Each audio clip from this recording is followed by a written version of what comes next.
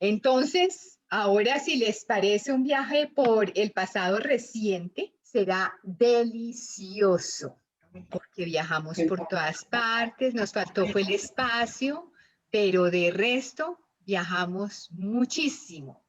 Los invito entonces a que cierren los micrófonos y vamos a comenzar un recuento de lo que ha sido este sueño. Recordamos nuestro viaje por Cartagena, la ciudad heroica, la que nos recuerda las puertas de esa madera gruesa enmarcadas en piedra coralina. Estuvimos al lado de Gertrudis en la plaza de Santo Domingo, esa escultura a la que han llenado de mitos y de leyendas diciendo que al acariciarle las nalgas, pues el deseo sexual no acabará jamás. Entonces son muchos los visitantes de crucero que vienen exclusivamente a acariciarle las nalgas a Gertrudis. Y estuvimos en la casa del maestro Obregón, Alejandro Obregón, ese pintor maravilloso nacido en España, pero más colombiano que tal vez todos nosotros juntos, que se enamoró del Caribe, que se enamoró de la gente, de la comida. Así está en la actualidad el taller del maestro Obregón. En las paredes los números de teléfonos de sus amigos y con el sueño de sus hijos de convertirlo en un museo. Y aprendimos en medio de sus lienzos que este en especial es un autorretrato que fue avaleado y luego remendado para dárselo a nuestro querido Nobel García Márquez, quien narra muy bien la historia del famoso autorretrato de Alejandro Obregón, que es de su propiedad, fue de su propiedad hoy en día, para los dos paz en su tumba. Paseamos por las murallas de Cartagena y a las famosas palenqueras, esas mujeres que todavía conservan toda la alegría y la esperanza del Palenque, de ese sitio donde se resguardaron los esclavos negros, y nos lo recuerdan en medio de sus coloridos vestidos por las calles de Cartagena. Y así, viendo a las palenqueras que fueron la gran inspiración de esta mujer colombiana pintora, Ana Mercedes Hoyos, vimos a ritmo de palenque la obra de Ana Mercedes, una mujer que murió hace poco, una bogotana, que se entregó por completo a la cultura palenque y en especial a la mujer trabajadora. Una obra que ha llegado alrededor del mundo en óleos, acuarelas, acrílicos, muchas litografías firmadas, autógrafas de Ana Mercedes Hoyos, la mujer que nos hizo conocer alrededor del mundo como un país que respeta el trópico, y esta obra maravillosa en la que ella descubrió que estas mujeres eran quienes mejor organizaban un bodegón.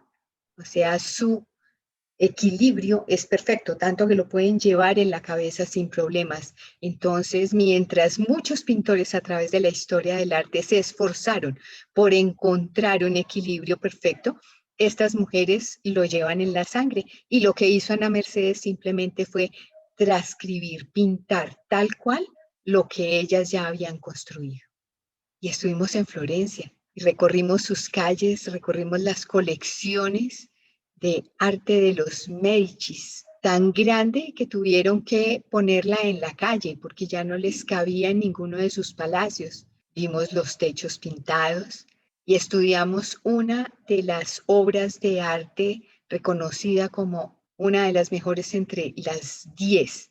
Las comparaciones son odiosas y las calificaciones también, y más en arte, que el arte es tan subjetivo. Sin embargo, el nacimiento de Venus coincide cuando a todos le preguntan, a todos los que saben les preguntan cuáles son las mejores pinturas, las 10 mejores pinturas que ha dado la humanidad, siempre encuentran a la Venus, el nacimiento de Venus. Lo estudiamos por todas partes, toda la mitología, ese nacimiento de Venus, el viento como sopla, cómo la envuelve la primavera, y la belleza eterna, permanente de Simonetta Vespucci.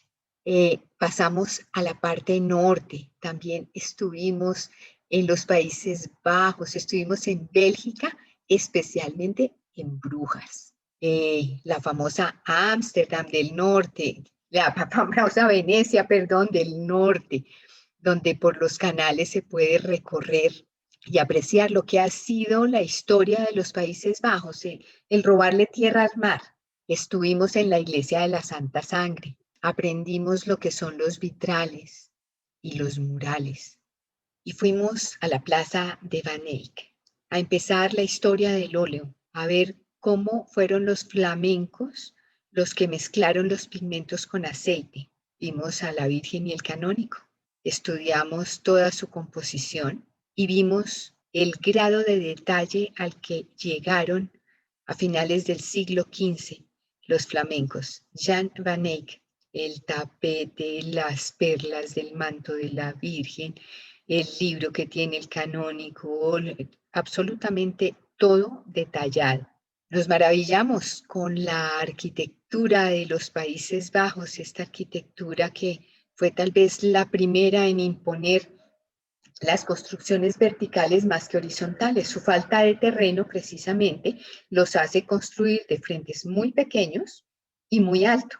Amanecimos también en el Valle de Aburrá, pasamos por Medellín, por los silleteros, esta tradición que en variedad difícilmente competimos con unos países en Centroamérica que lo hacen para la Semana Santa.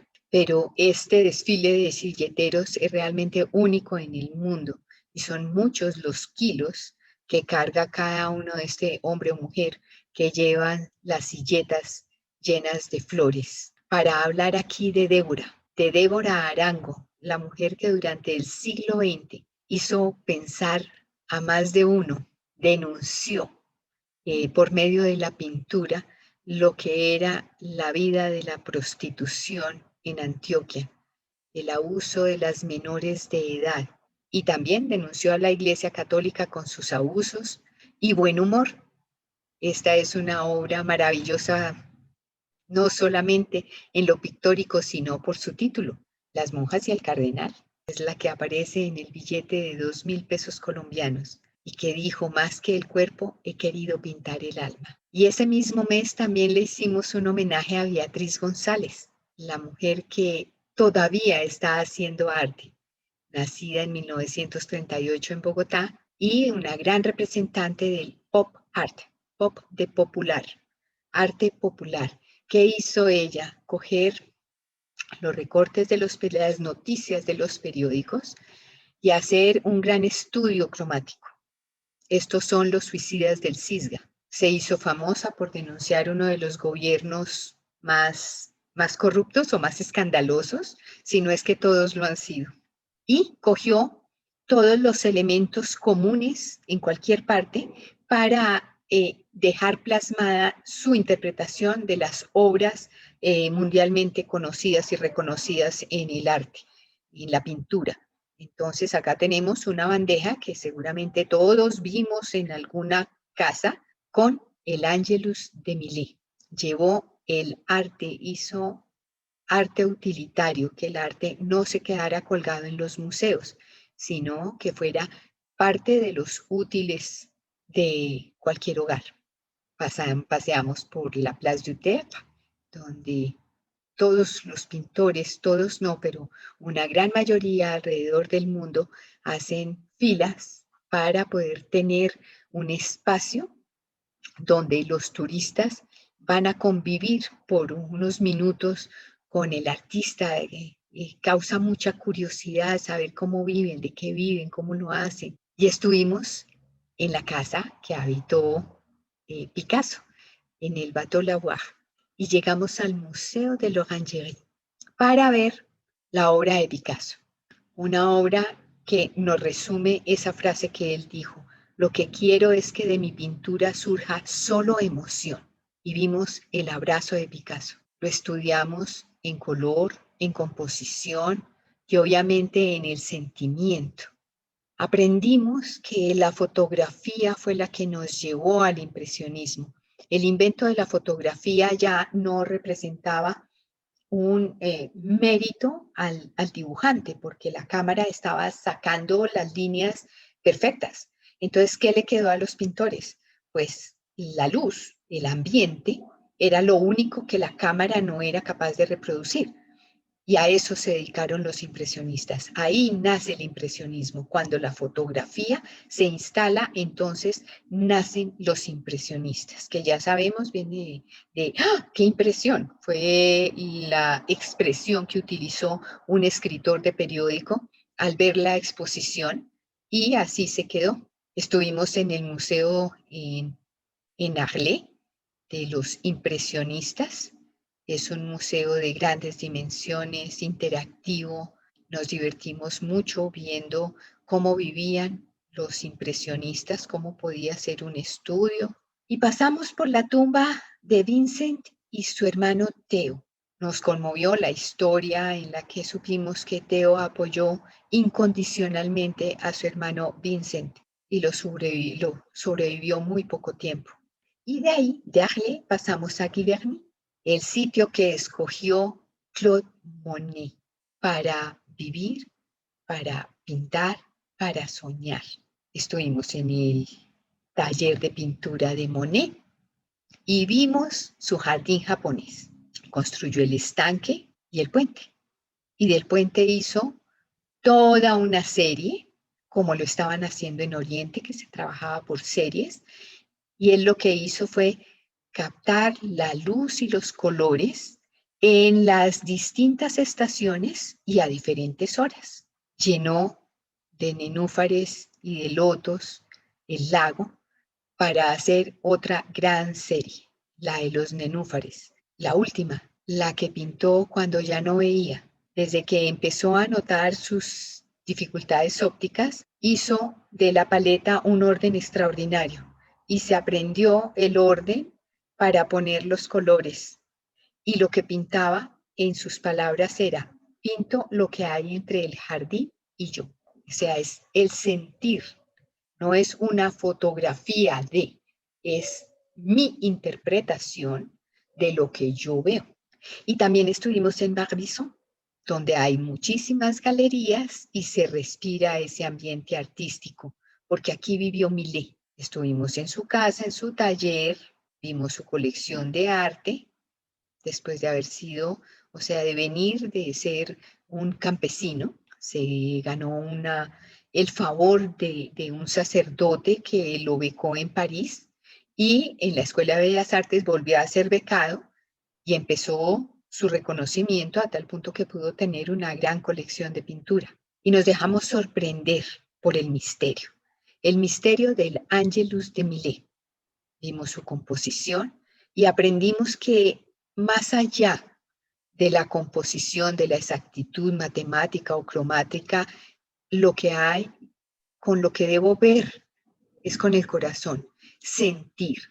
Y empezamos a ver el sentir de estos dos protagonistas que aparentemente rezaban, pero descubrimos, como lo hiciera Dalí haciéndole hacer rayos X a la obra en el Museo del Louvre, que no era el momento de la oración a mediodía, sino que era el entierro de un pequeño, porque las sombras no coincidían con la hora. Y de ahí esa inquietud, o más del sentir que de ahí, la inquietud de Dalí. Acá tenemos la firma de Millet y los libros, todas las sensaciones, las emociones que vivió Salvador Dalí alrededor del Ángelus de Millet, que se convirtió en un tema de su obra.